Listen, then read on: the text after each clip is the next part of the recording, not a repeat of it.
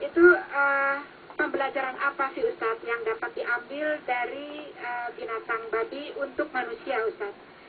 Terima kasih. Wassalamualaikum warahmatullahi wabarakatuh. Waalaikumsalam. Ya, pelajaran apa yang bisa diambil dari babi? Pertanyaannya babi punya di mana? Bisa pintar begitu. Ya, Ya, mau tanya. jadi begini, yakinlah bahwa apa yang sudah Allah haramkan itu pasti memiliki hikmah tersendiri. Setelah dikaji lihat, ternyata dalam unsur babi itu ada cacing kan, namanya cacing pita. Walaupun ada yang mengatakan, Ustadz, loh sekarang kan teknologi canggih. Kalau dipanasin dagingnya 500 cc kan cacing pitanya mati. Ya permasalahannya dagingnya jadi gosong. Cacingnya mati, dagingnya gosong. Betul kan? Iya kan? Yakinlah semua yang Allah haramkan itu, intinya ada satu hikmah di balik itu. Jadi kalau saya ditanya, kenapa Ustadz Ahmad nggak mau makan babi?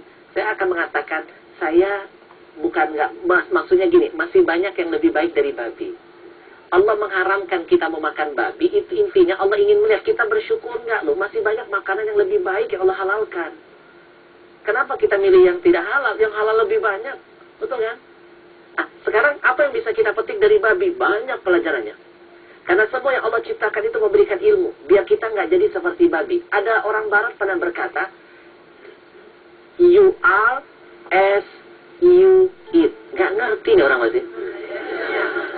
Habis orang Saya tahu, saya tahu artinya. apa?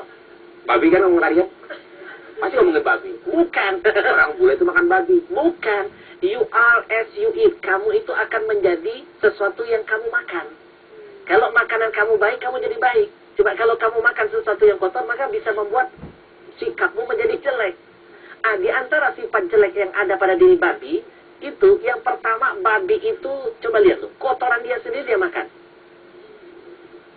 Betul kan? Yang kedua, sifat egoisnya babi. Dia binatang yang egois. Ya, kepada anaknya saja dia nggak terlalu cinta, nggak sayang. Yang ketiga, jeleknya, anaknya bisa menghamilin ibunya. Perempuan ajar.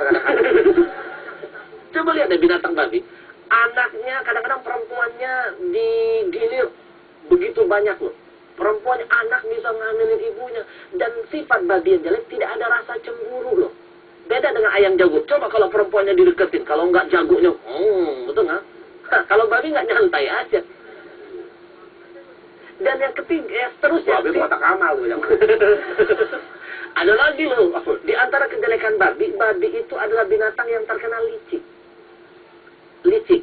Makanya ada riwayat para pemimpin yang ketika diberikan amanah, suka licik, nipu rakyat. Nanti dibangkitkan di padang mahsyar, itu badannya manusia, kepalanya babi.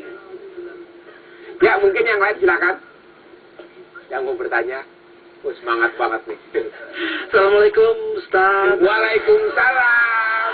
Saya Ibu Wiwin Hartono. Ustaz, saya mau tanya Ustaz nih. Katanya ular kalau dibunuh itu pahala. Tapi katanya ular itu zaman dahulu tuh penjaga surga Ustaz. Pelajaran apa yang bisa diambil dari ular itu Ustaz?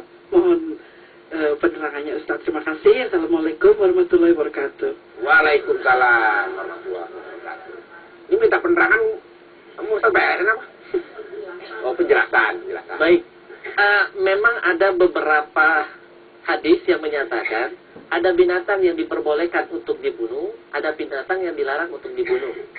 Di antara binatang yang dilarang untuk dibunuh seperti semut, ya, kemudian apa kucing katanya? ya termasuk kalau binatang yang boleh dibunuh itu seperti cicak, ya, burung apa itu, termasuk ular. Kemudian sesuatu yang membahayakan kalajengking. Memang ada perintah. Ada lagi hadis kalau ngomongin ular, man qatala hayyatan faka'annama qatala musyrikan. Barang siapa yang membunuh ular, maka seolah-olah dia sudah membunuh seorang musyrik. Ganjaran pahalanya. Tapi harus diingat, ular seperti apa dulu dong yang harus dibunuh. Kalau ularnya membahayakan keselamatan diri kita, anak kita, keluarga, dan orang yang banyak, maka boleh kita membunuh. Dan itu pun membunuhnya nggak boleh yang betul-betul zalim, dibakar misalnya, apa dikulitin. Itu udah bentuk-bentuk dosa buat kita. Nah, Kalau ularnya nggak mengganggu, ularnya bersahabat, ya jangan dibunuh dong. Saya waktu masih kecil justru diajak main sama ular sama orang tua saya. Iya, main ular tangga namanya. Itu nggak matok, itu geser. Bedain mana yang matok, mana yang geser, itu mah gampang. Kucuk, tuk, berangkat naik ke atas. Betul kan? Nah, di sini indahnya Islam. Irham man fil ardi yarhamkum man fis sama. Sayangi apa yang ada di bumi, maka yang di langit akan sayang kepadamu. Jangan salah, ular itu kan juga ciptaan Allah. Kalau dia tidak membahayakan, jangan dibunuh. Ya gitu ya Bu ya. Kalau selama itu tidak membahayakan, jangan dibunuh ya. Nah, sekarang ada ular. pelajaran apa yang bisa dipetik dari ular? Ada loh, di antaranya ular itu tidak akan menyerang kalau tidak diserang dulu. Coba deh. Dia akan mematuk ketika dia merasa dirinya terserang. Coba kalau kita diem aja dia jalan. Dia nggak nganggu apa-apa, cuma lewat aja, numpang lewat. Paling cuma ngegelitik-gelitik sedikit. Betul kan? Coba kalau kita udah gerak sedikit, langsung dipatuk sama dia. Kemarin nggak begitu tuh. Ada ular, wah dia diem. Ular lewat, diem. Mati kaku udah. Ya, Pak Ustadz kita sudah terhubung dengan sahabat kita lewat telepon. Halo. Assalamualaikum Ustaz. Waalaikumsalam. Saya ini Ayu Ningati dari Malang Ustaz. Jadi Ustaz, saya kan penyayang binatang. Semua binatang pokoknya saya suka lah.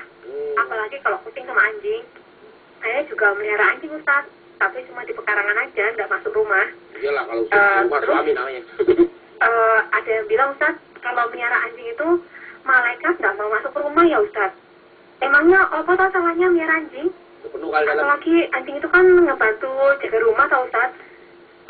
Udah gitu ada riwayat anjing masuk surga. Udah gitu kalau binatang hasil buruan yang digigit anjing juga kan halal dimakan. Kenapa anjing diperlukan tapi dilarang ya Ustaz? Mohon penjelasan Pak Ustaz. Iya. Matur nuwun Ustaz. Sami. Baik. Waalaikumsalam. Monggo Pak Ustadz. Ya, memang ada riwayat yang mengatakan bahwasanya suatu rumah yang di dalamnya ada anjing, maka malaikat tidak akan masuk. Patung ya, anjing, malaikat tidak akan masuk. Jadi kalau malaikat sudah tidak mau masuk ke rumah kita, berarti kita jauh daripada rahmat Allah. Betul? Nah, tapi menurut Imam Syafi'i, anjing itu najis karena anjing itu membawa unsur beberapa kemudarat buat kita. Di antaranya dia bakteri ya, gampang menyebarnya bakteri, kotor. Kemudian ada virus-virus yang bisa membawa mudarat buat manusia. Tapi selama kita, makanya Imam Syafi'i melarang kita untuk terlalu dekat dengan anjing. Tapi kalau untuk sekedar menggunakan anjing sebagai pengamanan, sah-sah saja boleh. Yang nggak boleh itu kalau kita berdekatan betul. Biasanya kalau udah masuk rumah kan bukan cuma ini, wah, udah tuh satu ranjang, udah berpeluk-pelukan. Ya, Kadang-kadang senang banget begitu. Kalau menonton di TV maksudnya gitu ada kalau begitu udah maksudnya apa sih gimana? Enak aja nyamain orang percis. Enggak, maksud saya begini loh, kalau sudah masuk dalam rumah kan sudah kadang-kadang berinteraksinya berlebihan. Kalau sudah seperti yang dipraktekkan Mas Kiun itu bukan hewan ternak lagi, udah TTM maksudnya. Udah gini-gini udah teman-teman mesra. Betul kan? Nah, sekarang Ustaz gimana kalau anjing itu kita pakai untuk berburu? Memang dalam Al-Quran, dalam surah Al-Ma'idah ayat 6, fakulu mimma amsakna alaikum wazkuru smallah alaih.